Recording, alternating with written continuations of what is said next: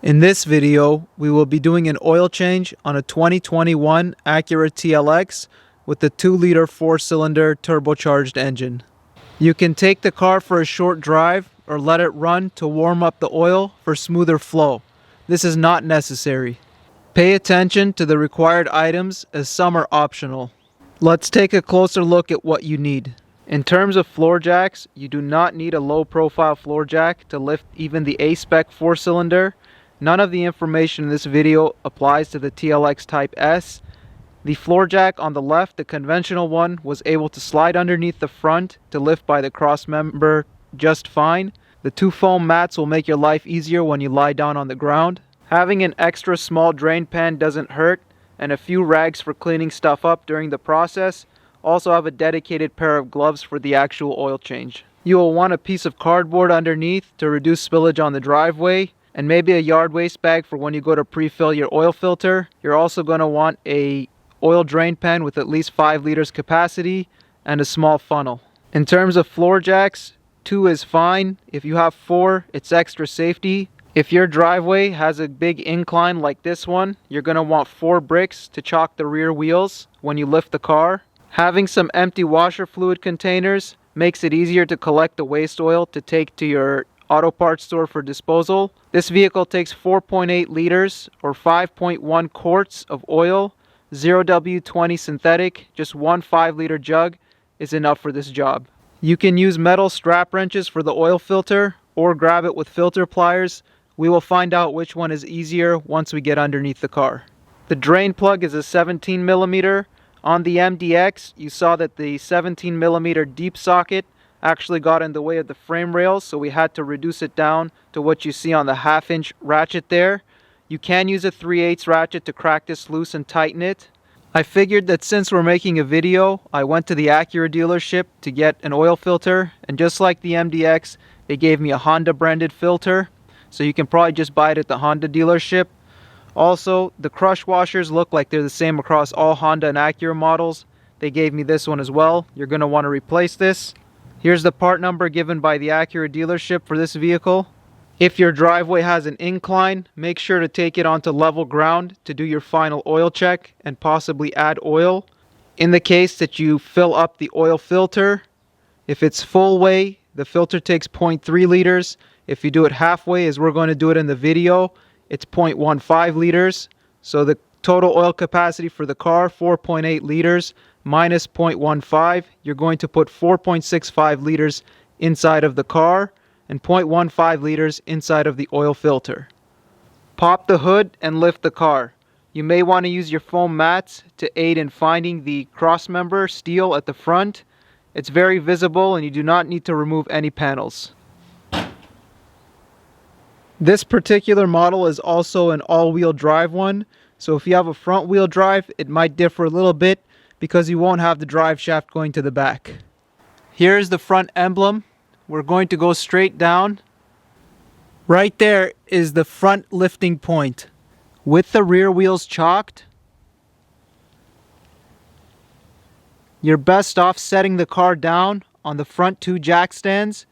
And then this vehicle also has spot inside of the skirts, so that once you've lowered the car, you can place 2 more or 3 more jacks on each side in order to have them as backups. But don't lower the car on all of the jacks simultaneously. Have the actual car sitting on the front 2 only. Remove the oil fill cap and release the dipstick slightly in order to allow ventilation before you crack the drain plug.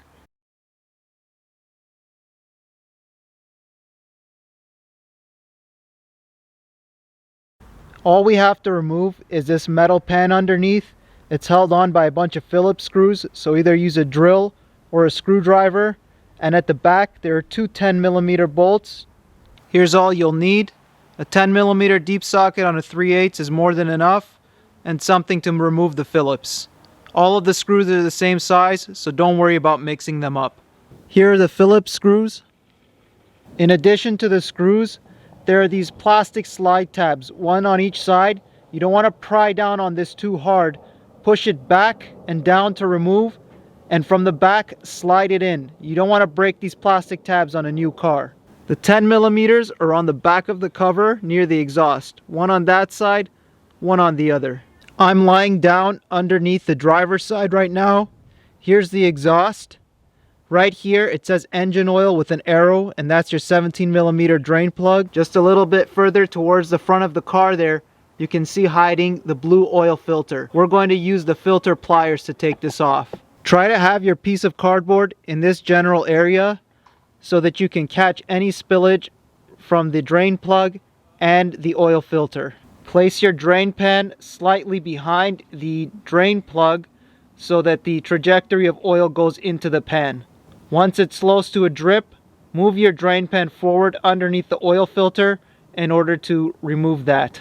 Try to keep some inwards pressure on the drain plug as you remove it, and then right as you get to the last thread, take it out quickly in order to try to reduce your amount of spillage.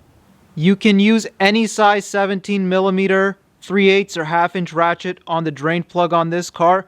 There is nothing restricting the way based on the size of your 17 millimeter. Also pay attention that this 17 millimeter bolt is the drain plug. Don't mistake it for this bolt slightly further back towards the back of the car.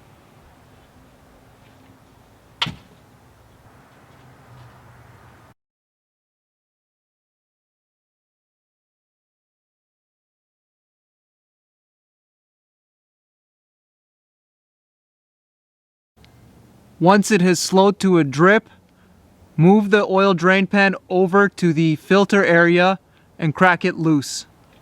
With the oil drain pan on an angle, it's still catching drips, and you can see how I've positioned the filter pliers in there. Just clamp into the old one and release it. It does not matter if you damage this filter.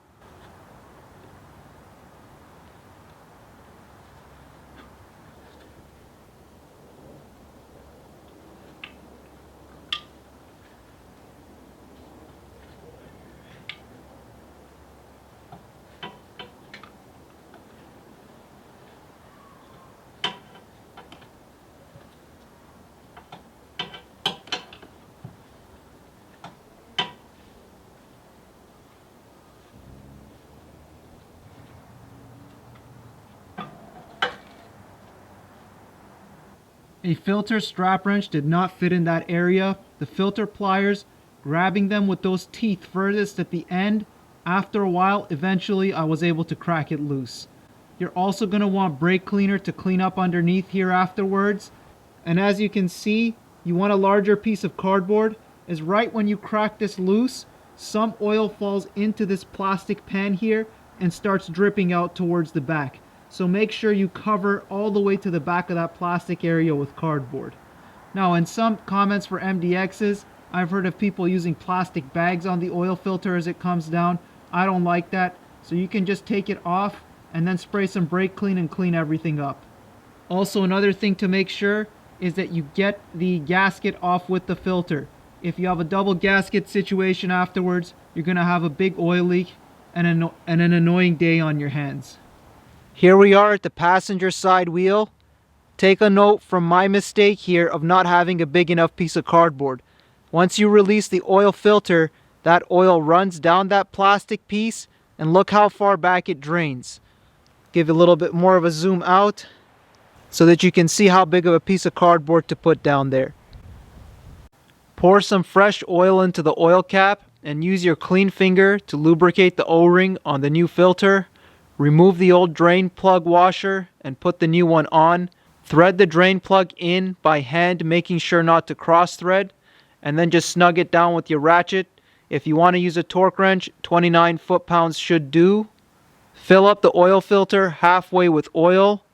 When you go to put it back, make sure to snug it hand tight. Don't use any type of a wrench on there, but put a good amount of body force on there to make sure that it's seated.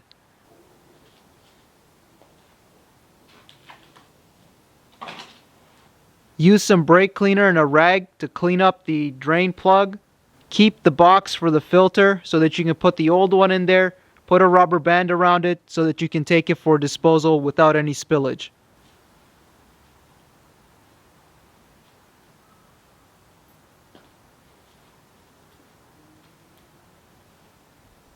It does not matter which way you put the drain plug washer on.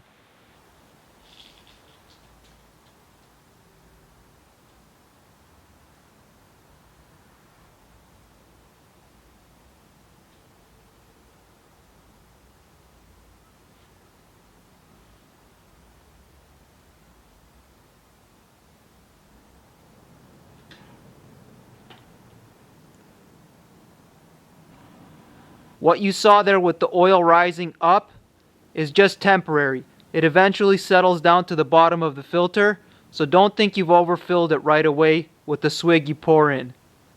Using a rag to grip the new filter helps sometimes if your hands are slippery.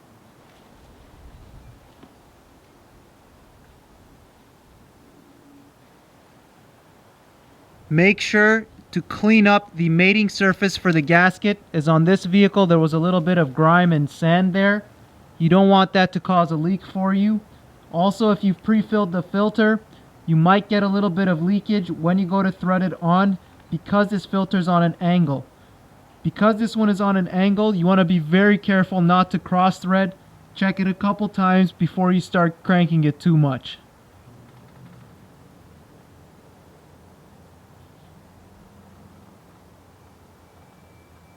You should ideally be directly under the car. I need to work for the camera to give it good torque. One can of brake cleaner should be enough to clean up everything you see under there. I don't have my brake cleaner with me right now, so you guys won't see the cleanup.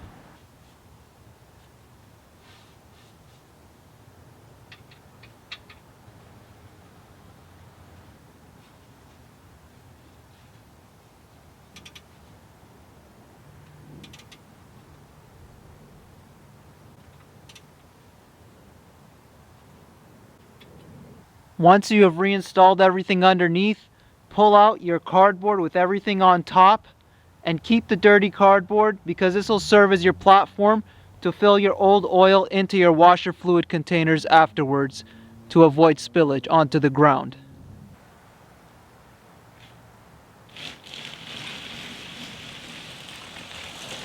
There's one final peek at the oil that escaped the cardboard so you guys know how big to make that piece. The most correct way to do this job is to fill the oil, check the level, then bring it back, jack it up again in order to put this splash guard back on. Because you don't want there to be an oil leak that you don't detect right away. But most people can reinstall this and keep an eye on it just so they don't have to jack up twice. But do pay attention for the next 100 kilometers at least in case you have a leak. And make sure to clean everything with brake cleaner down there. Lower the car onto the ground. Fill your oil.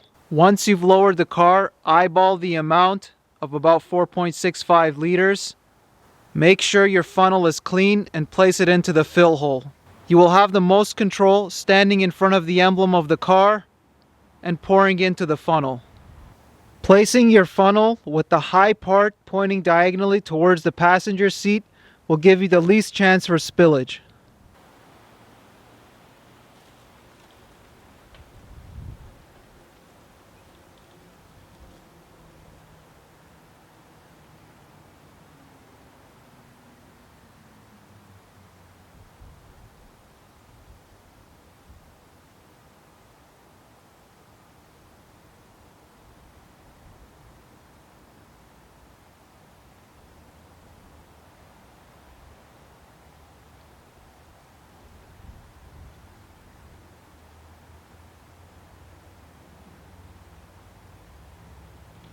Replace the oil fill cap, let the engine cycle for 30 seconds to a minute on level ground, and check the oil level. Add if necessary, crack the drain plug, and release oil if necessary.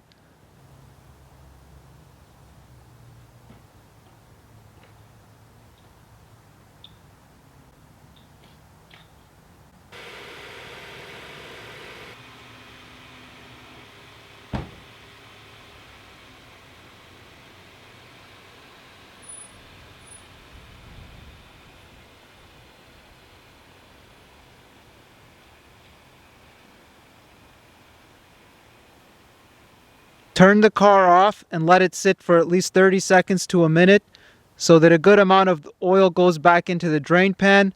Then pop the hood, clean the dipstick with a clean rag, and put it back in, check the level. You want the oil to be in between the two lines on the orange part of the dipstick. We are a little bit low. We're going to add some, let it cycle, let it sit when it's off, and check again.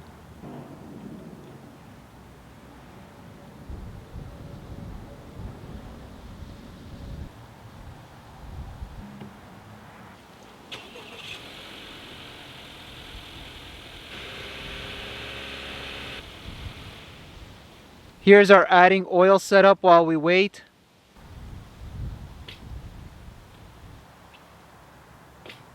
We are just about halfway there.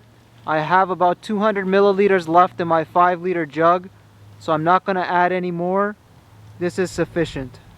In order to reset the oil light, use the control pad in the center console and go into Vehicle.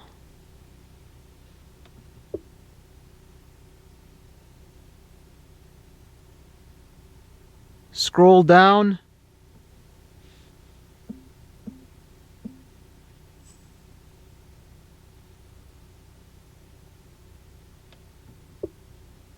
Maintenance information.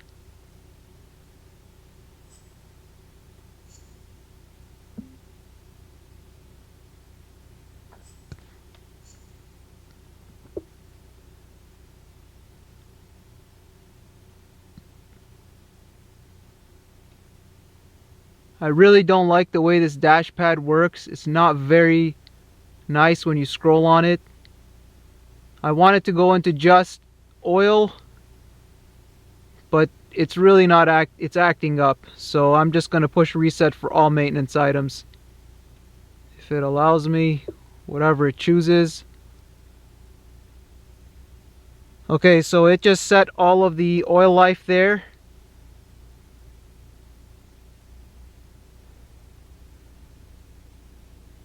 The oil light has now been reset and the vehicle is good to be used.